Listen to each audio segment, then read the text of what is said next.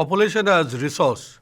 Since the beginning of the subjects, economic geography and demography, there was a great controversy whether population should be considered as resource or not.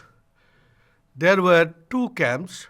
One camp was opined that population should not be considered as resource, rather they should be treated as a liability, and excess population of a country hinders economic development. So rather population is not resource, rather it should be treated as liability. The other camp argued that population should be considered as a valuable resource because human being or population is the producer and consumer of resource. Human being consumes and produce resource, otherwise there will not be any resource in this earth. Mother Nature bestows resource abundantly all over the earth. Some of the countries were able to harness it for the good of their people, others are not. For example, countries like Africa are well endowed with hydropower potential, immense hydropower potential, but they were not able to harness it properly, so they remain poor. On the other hand, the countries like Japan and Scandinavian countries having very little potential of hydropower, they were able to harness it properly, and they have developed their hydropower plants in a massive way, and this has helped a lot in the economic development of the country.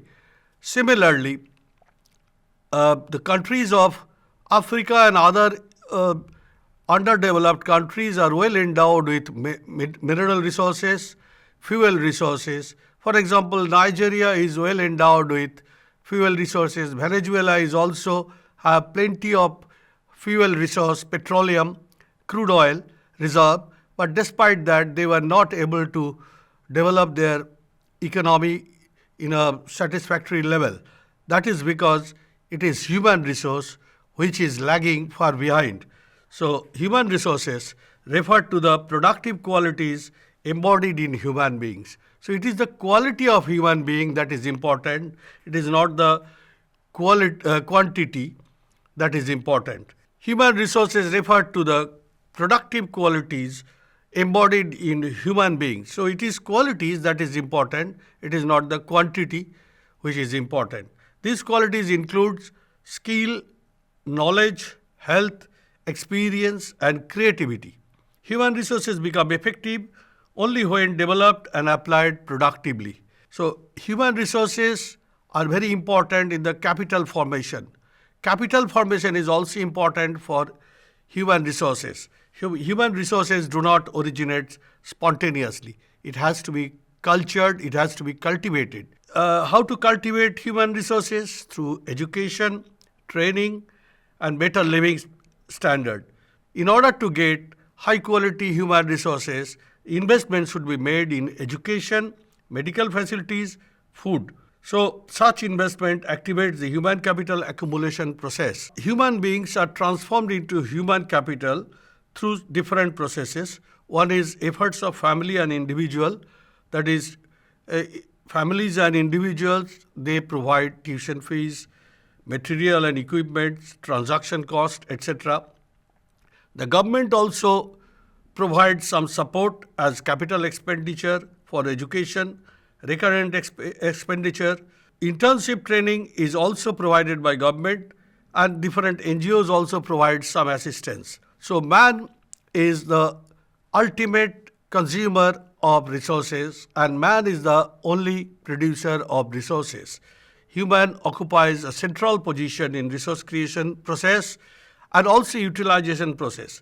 They act simultaneously as producers, consumers, innovators, and decision makers.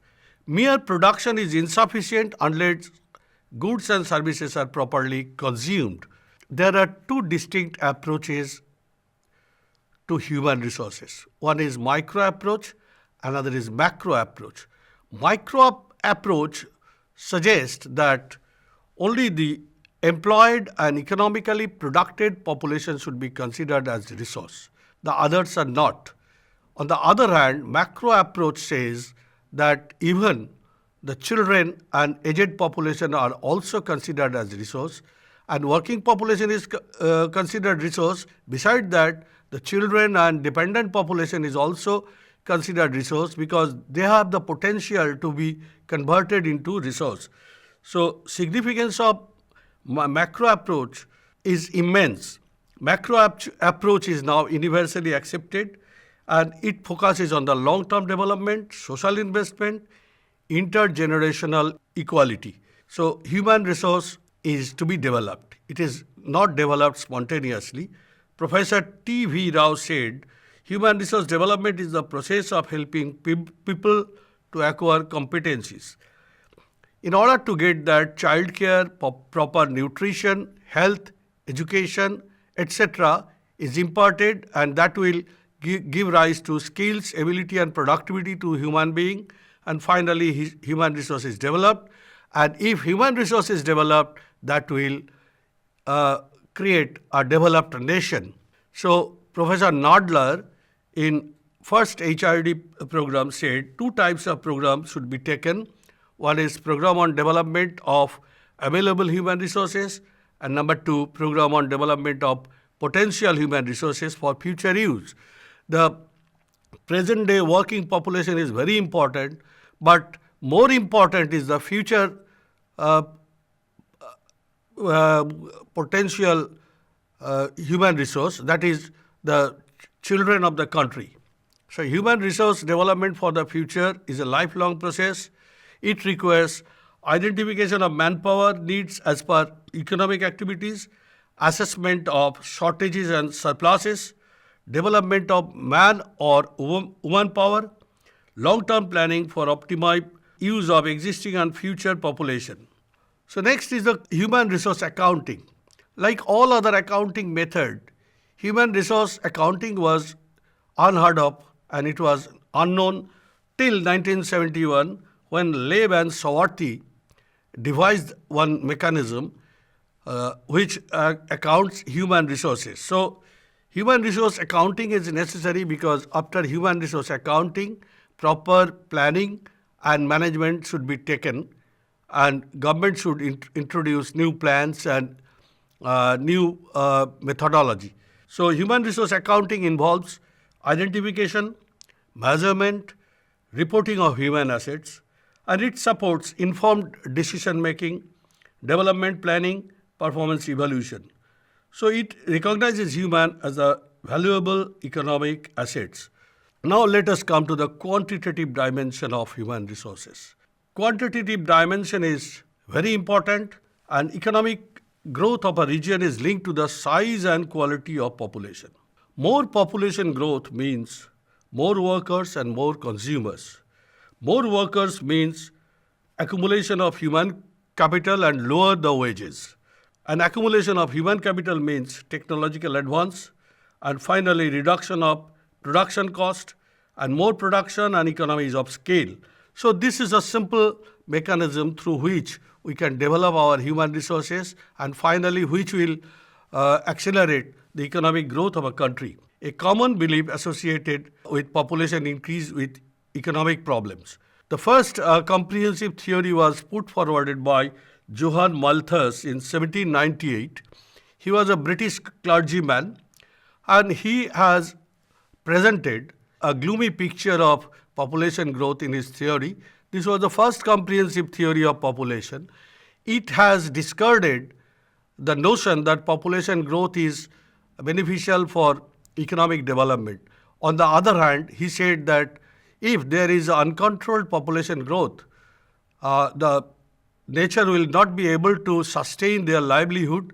The food production would not be able to keep pace with the changing population, and finally that will eventually create hunger, poverty, malnutrition, war, riot, etc., and there will be huge number of population death, and finally equilibrium will be achieved between population growth and uh, total amount of resources. So he said that resource is able to carry certain amount of population only.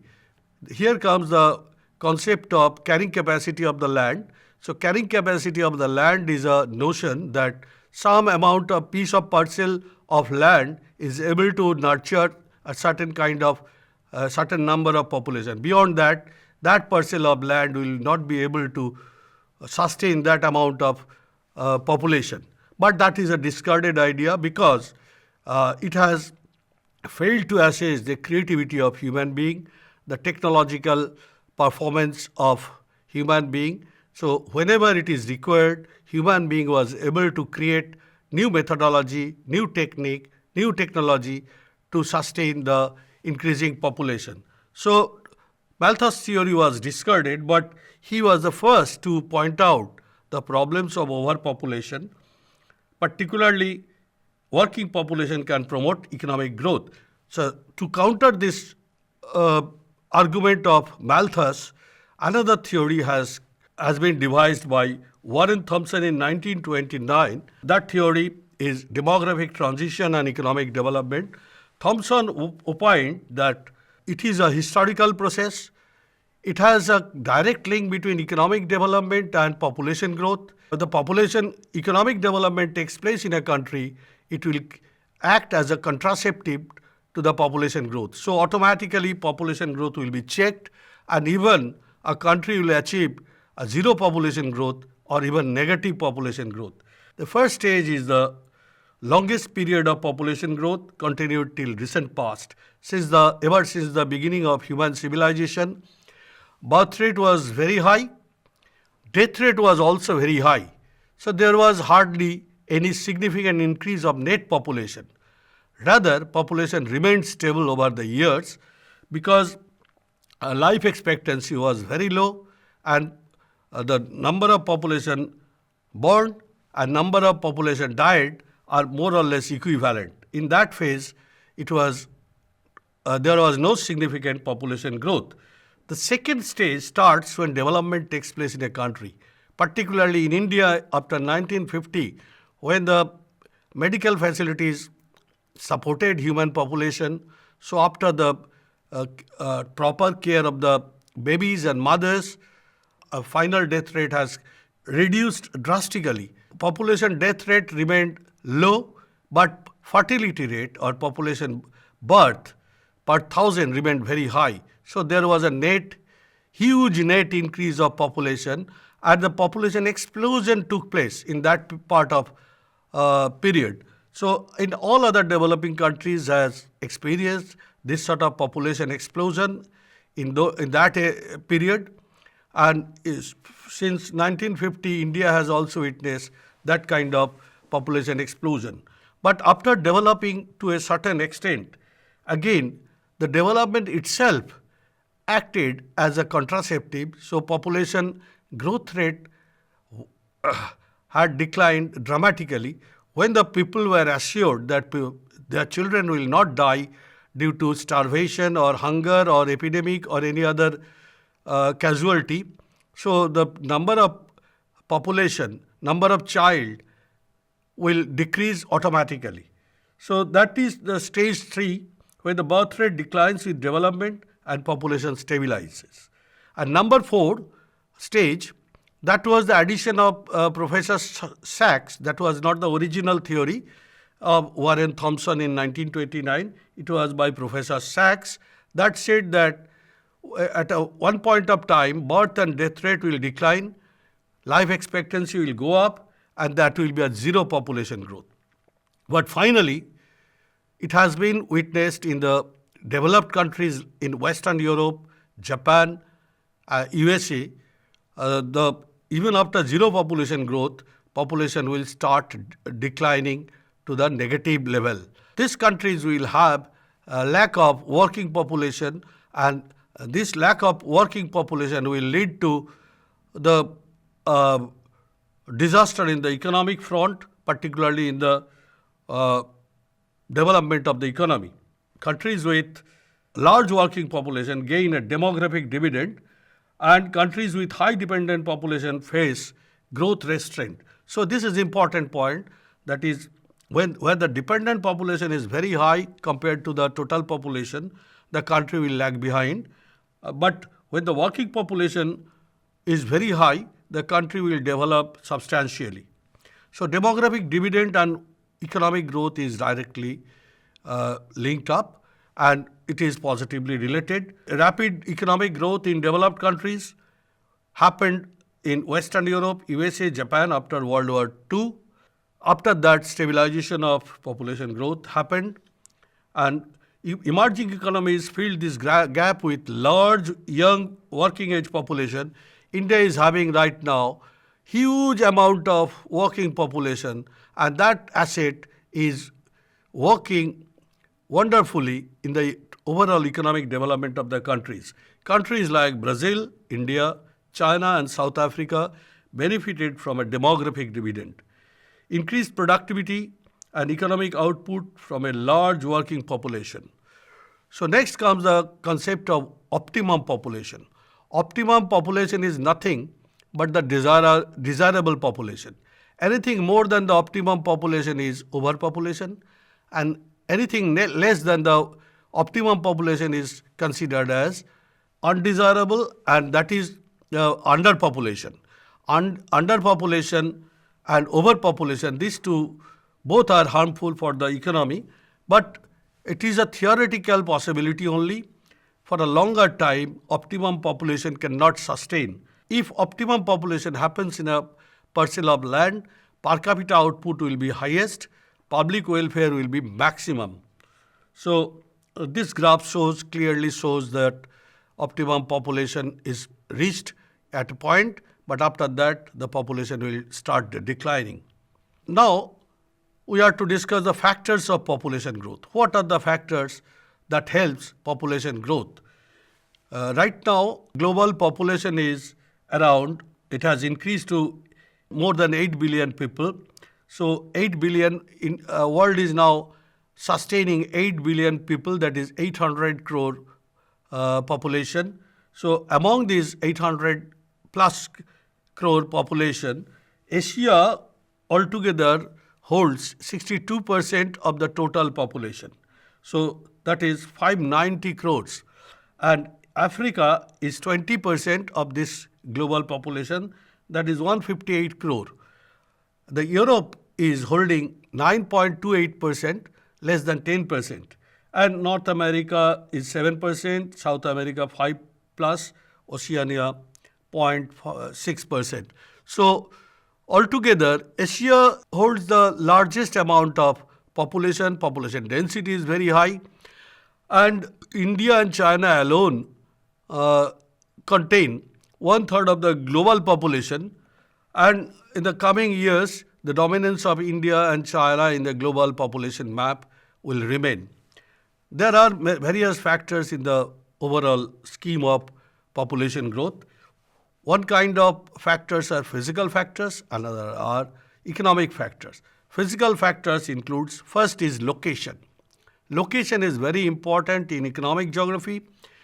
Most of the population all over the globe are concentrated either in the riverine delta, riverine area alluvial plain, or in the coastal areas all over the globe, be it in India or China or in Europe. Most of the population settles in the coastal and riverine area, because here the soil is very fertile, and most of the population concentrate there for the ease of getting drinking water. And then landforms. Landforms is very important factor for population and settlement. The plain land is always preferable by human being for settlement. The undulating, rugged and desert area and mountainous area is not very interesting for human settlement, and human settlement is very poor, sparsely populated.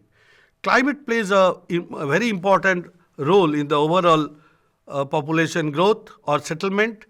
Wherever temperate climate is available or hot and humid climate is available, population density is more in that place compared to the other areas where continental climate is found. That is, temperature is also high in summer and very low in winter. That region is avoided by human being.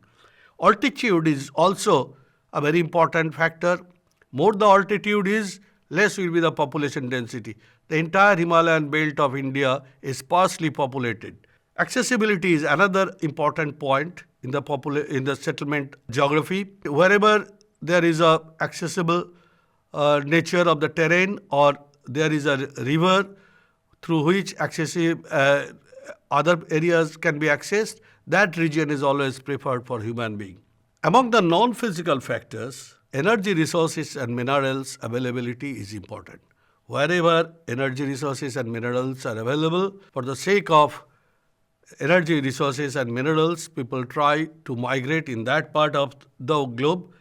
And socio-cultural factors also important in that aspect. The economic factor is also important. Wherever there is economically development had taken place, that area is always a preferred location, and people try to migrate from that area.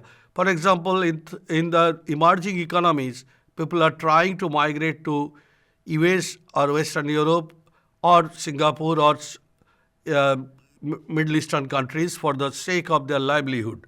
Political factors play a very important role. Wherever there is political unrest, people started migrating from that place to another place. That is, the unsettled population take refuge to the other countries. The Rohingyas in Bangladesh is a classical example of this. Historical factor is also important. So now let us just have a glimpse of history of global population growth. We can divide it into four broad phases. The prehistoric phase lasts till 6000 BC. Population in this globe is the history is only 1 lakh years. Beyond that, we don't have any sign of population growth. So up to 6000 BC, the population was merely 20 lakhs or something like that. There is no recorded history, of course. In the second phase, from 6000 BC to 0 AD, population grew to 25 crore only. 25 crore, which is 1/6 of the Indian population. In the phase 1 and finally historical phase, 180 to 650 AD, population grew to 55 crore.